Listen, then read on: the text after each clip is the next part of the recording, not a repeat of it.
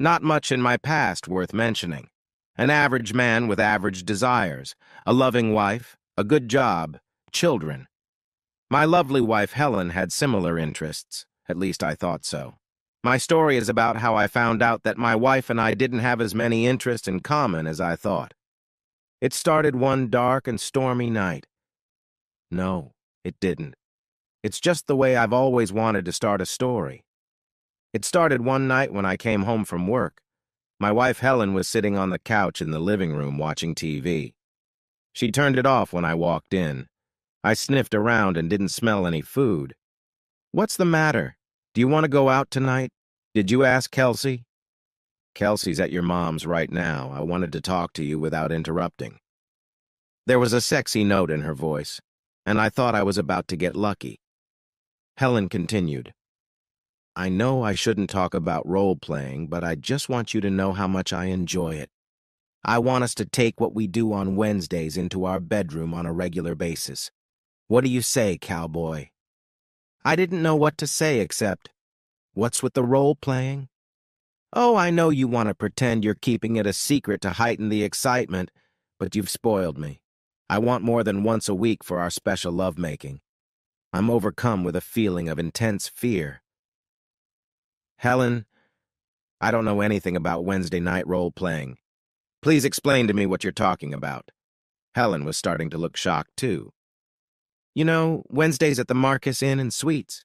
Doesn't that mean anything to you?" I shook my head negatively. "Oh my God. You emailed me about 6 weeks ago that you'd found a way to revitalize our sex life. I should go to room 301 at the Marquis Hotel." I had to undress, put on the mask lying on the night table, and lie naked on the bed. I didn't move even when you came in and tied me to the bed. After you made love to me, you would untie me and leave. I wasn't supposed to take off my mask until you left. We were supposed to pretend we were having an affair and keep secrets from each other.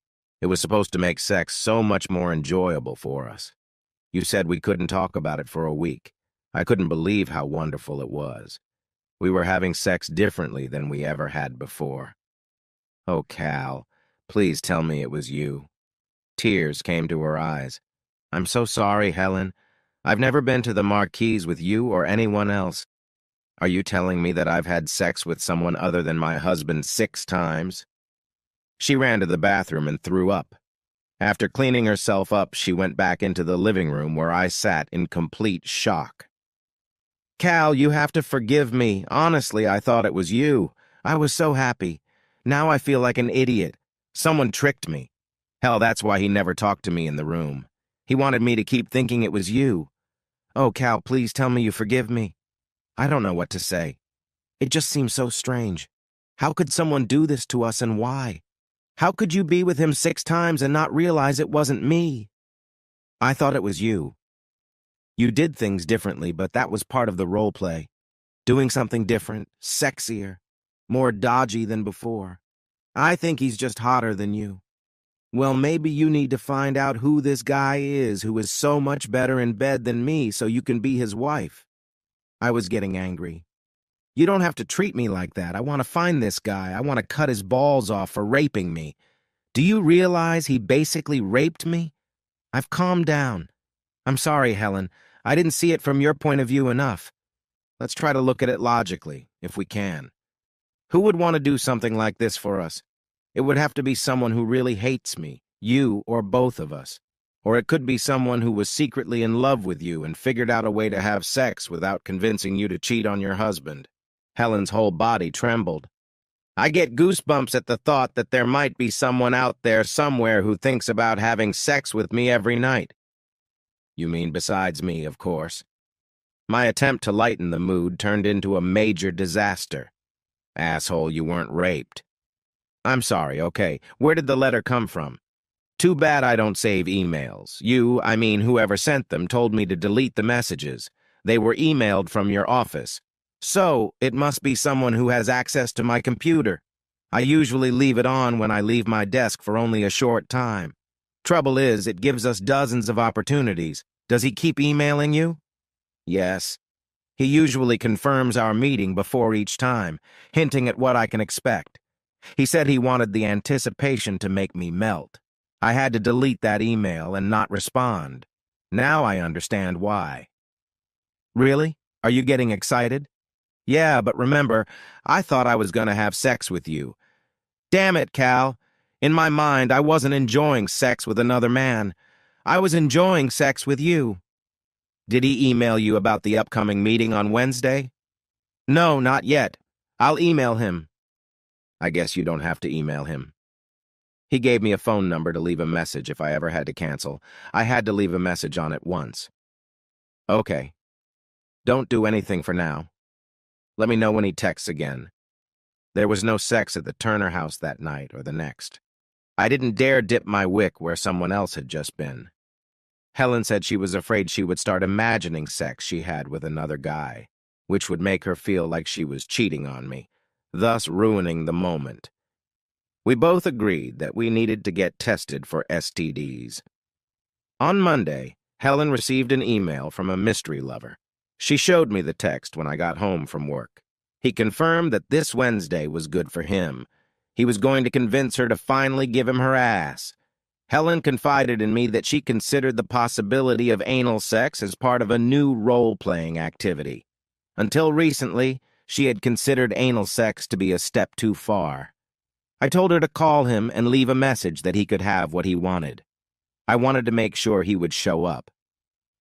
Tuesday afternoon, I went to the Marquee and talked to the desk clerk. I asked if he would be on duty the next day. He confirmed that he would. I asked him what it would take to enter the room my wife was coming to tomorrow. He was not surprised, as it was obvious to him that the woman and man who used the same room each week were not married. He replied, $200. Wednesday came and we were ready to catch the man. Helen entered the room and did the usual. A few minutes later, I saw a man enter the room. It was Richie Hammond, the psycho from our office. He molested every woman in the office, married or not. Of course, he was married and had 2 children. Betraying his family apparently wasn't considered an obstacle to him. He looked at the picture of my wife on my desk and mentioned several times how lucky I was to have such a sexy wife. I always wanted to spray Lysol after every time he appeared in my office. I went to the desk clerk to get a copy of my room key. He wouldn't let me take it. Man, I'm afraid I'm going to lose my job. The boss pounced on all the porters not to let anyone in except the one who was paying. Afternoon pleasures is a big part of our business. I'm sorry, man. I was out of my mind. I thought about what might be going on in the room. Helen was expected to be on her usual behavior, and I would barge in before anything could happen. I became frantic. If you don't give me the key, I'll kick down the door and call the police. Do you think your boss wants to deal with that? I had the key, but it was a few minutes after I was supposed to enter the room. When I walked in, Richie was standing behind me and had my wife. I grabbed him by the hair and pulled him away. Helen seemed disappointed until I untied her and removed the mask. Then she started crying. I told her to get dressed. Richie sat down in one of the chairs. Surprisingly, he looked completely relaxed. Well, at least I got to pat her beautiful ass before you did. I approached him with fire in my eyes. He just pointed to the corner. There was a camera mounted on a tripod. Cal, you don't want to hurt me. I have videotapes of all the sessions your wife and I have had. Do you really want me to publish them? I think I can get a pretty penny for them from some porn sites. Sure, I can send them to friends and family for free, or we could just leave it at that. I take it once a week. You take it every other day. You son of a bitch. Give me the video, and you'll never see my wife again. Or what? Or I'll be... Can't think of anything that doesn't humiliate you or brand your wife a whore, can you? I'll kill you. Richie was already laughing. You'd leave your wife and daughter without a husband and father, without a livelihood? Yes, of course. Well, I'm a little tired of her now that I got her ass. Here's what I'm going to do. I'm never going to make contact with her again. Of course, if she wants to call me, then that's another matter. A wide, wide smile appeared on his face. Helen got dressed and we left. On the way home, she was silent. She ran into the house, went upstairs and took a long, long shower. I waited downstairs. Once downstairs, she suggested we talk after dinner. Now it was time to pick up Kelsey. Dinner was quiet except for Kelsey's story about the day before. She went to bed at 8 o'clock. We walked over to the kitchen table around 8:30 to make sure our daughter was asleep. "What are we going to do now?" Helen asked. "I'm not quite sure. If there was some way to get video, it would solve a lot of our problems. At the moment, I can't see any way other than burglary. But who can we get to do that? If we go to the police, he'll just say you agreed to it. He has videos that will show that you enjoyed it. Even if he's arrested, the videos will be made public. We're screwed. Do you have any ideas?" "No, I think we're out of line. I guess we could try to put it all in the rearview mirror and go on with our lives." "Are you okay? No revenge?" "I'm afraid anything we do will only make things worse. Let's let it go. If we never talk about it again, it will eventually recede." She left and went to bed. As usual lately, I didn't join her. It had been 2 months now. Helen was pleasant and did all her usual household and childcare duties. We usually didn't talk about anything in the house except for things related to Kelsey, appointments, or phone messages. Our sex life was self-maintained. At the office, I tried to avoid Richie. Whenever he cast a glance at me, he had the smirk of a man who'd given me horns. Just another twist of the knife in my back. God, I wanted to wipe that smirk off with my fist. I never stopped thinking about how to get back at him, and I never gave up on my goal. In the midst of one of my revenge dreams, I got a phone call. It was the desk clerk at the Marquee. "What do you want?" "Hey, kid, don't be mad at me. I got some information that might be useful to you. You interested?" "I have no idea. What could there be that would interest me right now?" "What about the fact that your wife and that Richie guy are up to their old tricks?" I tried to sound nonchalant, even though I was seething inside. "I find that hard to believe. She hates him. And why would he go back to the Marquis if he was caught there?" "I'm not at Marquis anymore. I work at the Red Roof on Kingston Road now. When I saw them, I asked the porter I was replacing about them. He said they had been coming regularly for about a month now. Every Wednesday at the same time. If proof is needed, I can get it for, say, $500. Screw you both, you and my wife." I hung up the phone. I wanted to cry, but I was too angry. Richie said he would continue if my wife called him. I remembered her comments about how much he enjoyed having sex with him. We'd never gone so long without sex before, and Helen didn't seem to feel left out. Probably because it wasn't happening. The only thing I could do was leave. I grabbed the things I usually took with me on a 3-day business trip. I headed to the nearest motel, which wasn't the Marquee or the Red Roof, and it had a bar. I checked into the Holiday Inn Express and headed to the bar. I didn't drink much, so I asked the bartender for something to offer.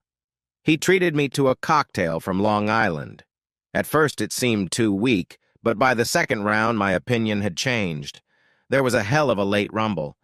I was well on my way to drowning in my sorrows when I got a pat on the shoulder. "Can I join you, Cal? I need to cry into my beer, too." I saw a tall woman with long, wavy, coal-black hair. She was gorgeous. I said, "Excuse me, do I know you?" "Joan, Richie's wife, at least for now. We met at last year's Christmas party." I looked again. How could I have forgotten such a beautiful woman? Had I really just said that out loud? Joan laughed. "Thank you. I think you meant it as a compliment. Why do you... Are you always this eloquent? Let me explain. Today I found out about Richie's latest escapade with your wife. I paid the desk clerk who called me $500 for proof. I'm done. He's promised several times to stop being promiscuous, but I don't think that's possible. As for meeting you, it was just a coincidence. I wanted to get out of the house and clear my head. My mother has 2 of my children. When I saw you and remembered you from the Christmas party, the look on your face seemed to match what I was feeling, so I walked over. If you'd rather be alone... No, please join me. I'm just so surprised. I think we probably have a lot in common. What do you drink? What do you have? A cocktail from Long Island. God damn it, I love it. I lost my virginity to him. Damn it, order me a double. We spent a few hours talking and drinking. She was easy to talk to and had a great, bawdy sense of humor. I was very attracted to that.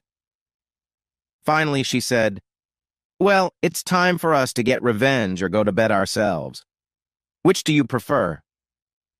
As much as I would like to make love to you, I don't think I can do it well enough to make it worthy of a special woman like you.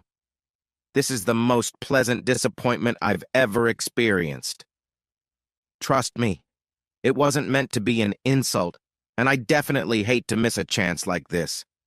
If we were ever to make love, I would want to be at my best. Even then, I'd worry about whether I was good enough for you. Damn it! I haven't even taken out the trash yet, and I feel like I'm falling in love again. I should have known better than to drink doubles. What if we had breakfast together tomorrow? I could call you, or, if you're up, I have a suggestion, Joan objected. What if we sleep together so we know when the other one wakes up? You mean sleep together or sleep together? Only sleeping together. Bah! I could be talked into exchanging a little affection. I really don't want to sleep alone tonight. Neither do I. Your room or mine? I have a suite. I use his credit card. He owes me. I brought some of my things to her room. After finishing our nightly bathroom duties, we got into bed. Despite the fact that we were both naked, cuddling and kissing lightly, we fell asleep after only a few minutes. She woke up first and poked me under the ribs. Wake up. Over breakfast at the neighboring Waffle House, we got serious, talked about our marriages. We both wanted to get rid of our spouses, and we both wanted revenge. The problem seemed to be how we could divorce them without losing as much or more than they did. I really don't want to go back to that house. I'd be happy to just go somewhere with the kids and forget about it. How can you afford it? Won't he come after the kids or come after you? My family has money. When I called them last night, they said they would put $100,000 into my personal account to allow me and the kids to start divorce proceedings elsewhere. Honestly, I would rather just walk away and let him worry about the divorce. Aren't your kids in school? Aren't they going to miss their dad? No, I homeschooled them, and he only agreed to have kids because it was a condition of marrying me. I had my tubes tied after the second one. I doubt they will miss him much. I'm pretty sure he won't. He doesn't spend much time with them and always whines if they ask him to babysit while I run off somewhere. I've known for quite some time he probably only married me for my money. I don't care. I have 2 wonderful girls from our marriage. My parents have been slow to give me and my brother money, but they have helped us with the deposit on our house and things like that. They're not particularly fond of Richie. I haven't thought about just leaving. Like you, I don't particularly want to go back to my house. Although both our names are on the mortgage, Helen and Kelsey were never particularly close. Kelsey was an oops baby. I think Helen didn't want to put her career on hold for a few years. Kelsey has always been a daddy's girl, and I think Helen loves her, but I don't think she will take extraordinary action to win her back. She knows I'll take good care of her. You know, the more I think about it, the more I like the idea of just leaving. Joan asked me, if it seems like the best option for both of us is to just leave our spouses and not mess around with divorce, the question is, do we do it together? She looked into my eyes, and maybe I was wishful thinking, but I thought I saw love in her eyes. We've been together 24 hours. Not exactly love at first sight, but pretty damn close. It doesn't make sense, but yes, I would go with you if I could take my daughter with me. I can't believe I'm saying this. I've never done anything so impulsive and so important at the same time. I just have one question. Where are we going to go? Will we tell anyone where we're going? Those are the first 2 questions, but we have to ask each other every question we can think of. Here's my tentative plan. I have an Aunt Barbara who has a big cabin on Lake Champlain that she can no longer live in because of her problems. If it were available, it would be perfect. An isolated cabin with plenty of room for the kids and for us. The furnishings are well worthy of a photo from National Geographic magazine. It turned out that the cabin was vacant. I spent the next few days at the hotel. I ignored messages from Helen after I realized she had guessed that I knew about her returning for dates with Richie on Wednesdays. I left one message. I need to go away for a while. I went to work and quit. My boss was upset, but also understood the reason. He asked if firing Richie would cause any problems in my plans for Helen. My case was not the first. I said, fire him. I asked him to wait until I was ready to leave. I wished I had a picture of Richie's face when he was told, but it was too much. I went into our bank and withdrew almost all the money from our joint assets. I used most of the money to pay off the rest of the mortgage. Despite her betrayal, I couldn't bring myself to take all of our money and assets. We both contributed to the household expenses. Having the house would give Helen roughly the same financial results as a 50-50 divorce. If she needed money, she could always sell the house. I gave up my interest in the house to make it easier for her. I then canceled the automatic payment of utilities and insurance. Health insurance will stop with me leaving my job.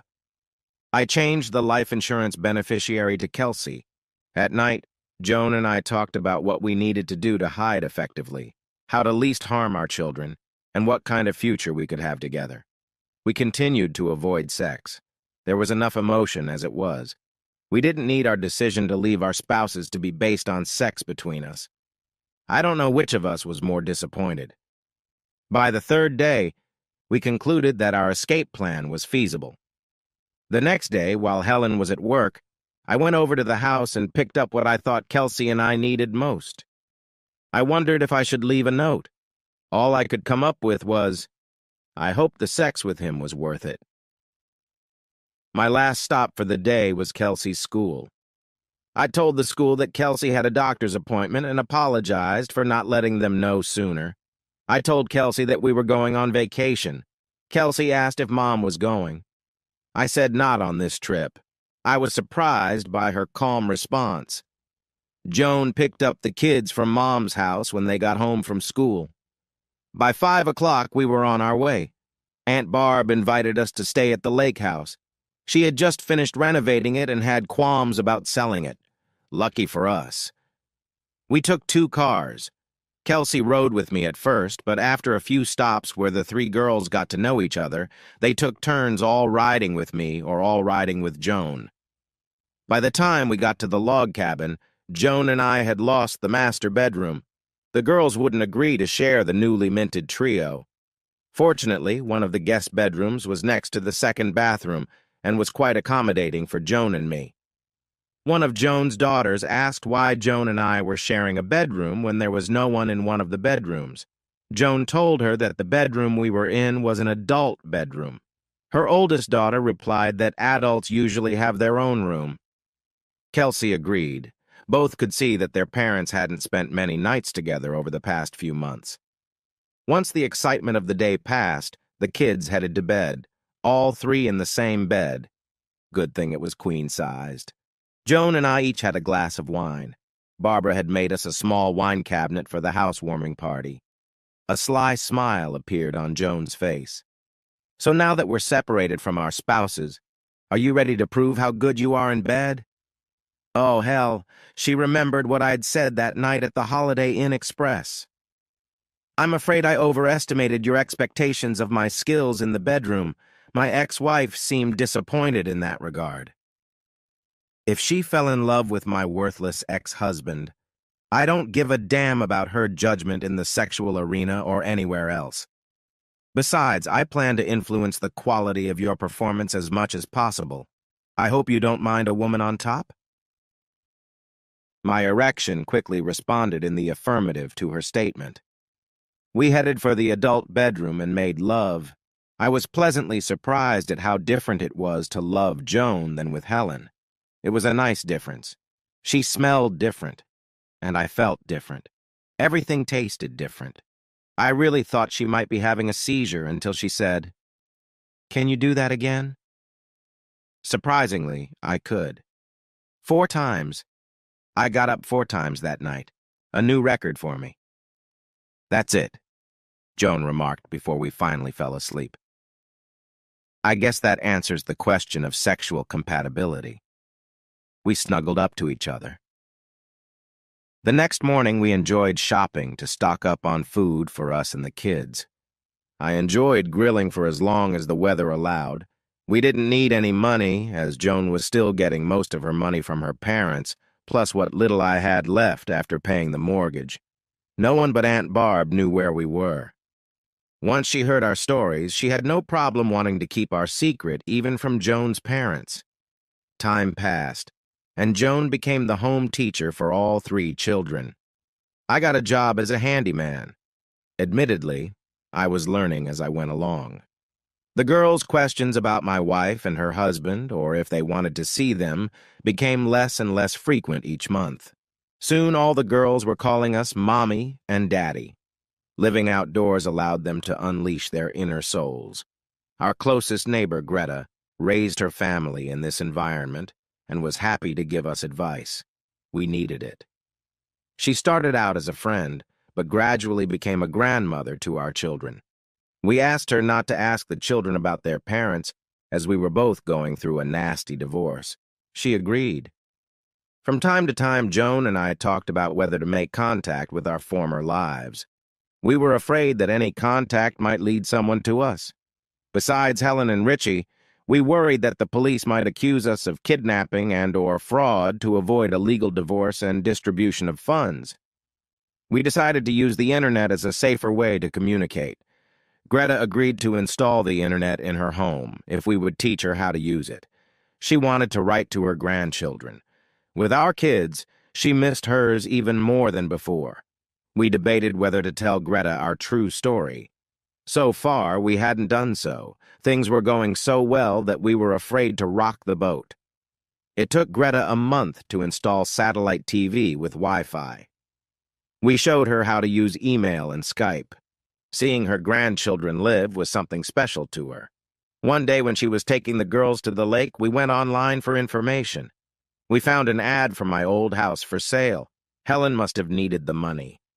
A year after we left, Helen and Richie sent out divorce notices based on being abandoned. Aunt Barbara told Joan that her parents sent the annual Christmas report for the year. Joan's mother attached a personal note to Barb's letter because she knew that her daughter and Barb were close. Barb suspected that Joan's mother had guessed where Joan was. The message was a warning to Barbara. Helen didn't give up on finding Cal. She hired a private detective who visited Joan's parents. The detective knew about Aunt Barbara. She told her to expect someone to be sniffing around soon. She didn't call because she was afraid her calls might be tapped. Joan's mother watched a lot of spy movies. Barbara advised Cal and Joan to hurry up. We didn't have enough money to make a big move unless we were sure we'd get more money soon after the move. Instead of asking Joan's parents for help, I decided to take a chance and wrote to my old boss to find out where to look for a job. He replied that a private investigator had contacted him. My boss told him that he was pissed that I hadn't warned him, and he didn't care where I was. He then asked me if I liked Flagstaff, Arizona. I said I didn't know because I had never been there. He said there was an opening for a branch manager there. He agreed to set up an interview for me and assured me that I would get the job. I asked how he could guarantee that. He said his brother, who had already tried to hire 2 employees at my old office, was hiring. We headed toward Flagstaff. On the way, I was afraid that by becoming an employee, I would leave a trail that a good private investigator could find. I had an idea just before we entered Arizona. We got a hotel room with a double bed and let the girls swim in the pool. Joan did her best to calm my nerves. As promised my former boss, his brother mainly wanted to know how soon I could get started. I told him that I needed to form an LLC and name my corporation something other than my name. I told him that instead of an employee, he would utilize the services of my corporation. Service contracts were usually cheaper than salaried employees, so he agreed. We found a house in the desert. It was very different outside, but the kids adapted quickly. I think they were glad to get away from the cold winter weather possible where we came from. It took a few months for the kids to adjust, and a few more before Joan and I felt safe again. That fateful night, Joan and I were turning out the lights, about to go to bed when there was a knock on the door. At that hour, with no neighbors nearby, I became suspicious. I took my rifle and loaded it. I cautiously peeked through the peephole and saw that it was Helen. Tons of mixed emotions rushed through my brain. My heart was pounding frantically. My stomach felt queasy. I shouted to Joan that we had guests. I invited Helen in just as Joan entered the room. "I assume this is Helen?" I nodded. Helen immediately jumped up. "I suppose the children are already asleep. I waited until you started turning out the lights. I didn't want to disturb them." "Yes, they've been asleep for about half an hour." "Good. Goddamn, you're just a hard-to-get bastard." She grinned. "Let me put you both at ease right from the start. I'm not here to cause trouble. After you left and Richie lost his job, he moved in with me. It didn't take me long to realize that I traded the Mercedes for a Yugo. Don't get me wrong. I was attracted to him for the sex, and he was good in bed. But a couple that lives together needs more than sex. I gave him a deadline to find a job so he could pay his share of the expenses. He didn't believe me at first, but was convinced when a deputy showed up and told him to get out or be arrested. I heard he found a job in another town. As for my life, I came to my senses with the help of a therapist. Since then, I've been able to support myself emotionally and financially pretty well. Private investigators don't come cheap. After a year, I filed for divorce because by then I knew I had lost you and Kelsey. As much as I wanted to act differently, I knew I had to move on. By filing a quitclaim deed, I could set the terms of the divorce proceedings. I took what little was left of your stuff. Honestly, I feel like I've moved on. I actually have a man I am dating and have high hopes for. At least I'm sure I won't make the mistake I made with you. If you left Helen's ex, why are you here? Not exactly polite for small talk, is it? Okay, the reason I'm here is closure. I got really depressed when I had time alone to realize what I'd done, what I had lost. I couldn't live in balance with myself without telling you how sorry I am and that I don't blame you one bit for what you did. I wanted to make sure you didn't think it was your fault. I pray that you don't hate me. I wish I could ask for your forgiveness, but I realize that's asking too much. Anyway, I apologize again. I hope you and Joan and Kelsey are happy. Well, that's it. Now I have closure. What about Kelsey? Were you planning on seeing her? Are you going to get custody? I'm not going to lie. At first, I was hoping to at least get joint custody. As time went on, I realized that if she was used to her new family, it would do more harm than good for her to see me, much less live with me. As good as she is, I don't think I could handle her on my own without your help. Seeing each other now, we're probably experiencing emotions that will eat us both up for a long time. I want to know how she's doing. Has she ever asked about me or been interested in me? How is she doing in school? None of the girls asked about you or Richie, but we certainly didn't forbid them to, replied Joan. We said that you and Richie don't want to be with us anymore, but want our new family to be happy. So far, they haven't said they want to come back. That doesn't mean they don't periodically ask how you're doing. I feel pretty comfortable telling you that they have all adjusted well. Kelsey and my girls have become an inseparable trio of cute monsters. I homeschool her along with my girls. She tests 2 grades higher than she would be if she were in public school in most subjects. Helen, I can truly say that I love Kelsey as much as I love my 2 birth children. There were tears in Helen's eyes. Thank you. Have you 2 been married yet? I answered. No, we weren't sure we were divorced. That's what I thought. Well, I have a wedding present for you. It's a copy of each of your divorce certificates, suitable for framing. Her attempt at a joke seemed to be all about keeping from crying. Richie and I shared a divorce attorney. Now you can become a legal family if you want. You will notice that both Richie and I have given full custody of our children to the 2 of you. You should be able to apply to adopt each other's children. After pausing to watch Joan and I cry at the good news, Helen said, I have to go. and headed for the door. I reached out and took her hand. Through copious tears, Helen whispered, "Just let me go. I promise never to bother you again. If you ever need to let me know anything about Kelsey, you have my cell phone number." I let her go, and she left. Joan went and got us each a glass of wine. We needed to calm our nerves somehow. We sat in silence for a while. I looked at Joan, and after a few minutes I saw her smile. "So, who's proposing to who?" Now I was smiling. After due consideration and deep thought, I decided that the first one to climax tonight would be the one to propose. We both ran to the bedroom. Epilogue. Helen pulled far enough away so she couldn't be seen. She stopped and let out the sobs she was holding inside. Helen pondered her situation. Her funds had almost run out when the private investigator claimed success. What little funds she had with her were less than $200. Her plan to meet with Cal had two options. First, Helen could find that Cal was unable to handle Kelsey without her. Joan either wouldn't be with him or their relationship had soured. Cal will forgive her. She can come back into Cal and Kelsey's life and never leave again. Even if they don't get married, it doesn't matter. Her car was loaded with everything she still had, waiting for that option to materialize. The second option was if she found Cal and Kelsey in good health. Maybe he and Joan would marry and even have a child of their own. In that case, she'd say she'd only come to end the affair and give them the divorce decrees as a parting gift. The second option was the most difficult, but she had to make provision for it. Her closure plan required her to leave her new family and make her way to the biggest city nearby, where she could start her life over without fear of running into them.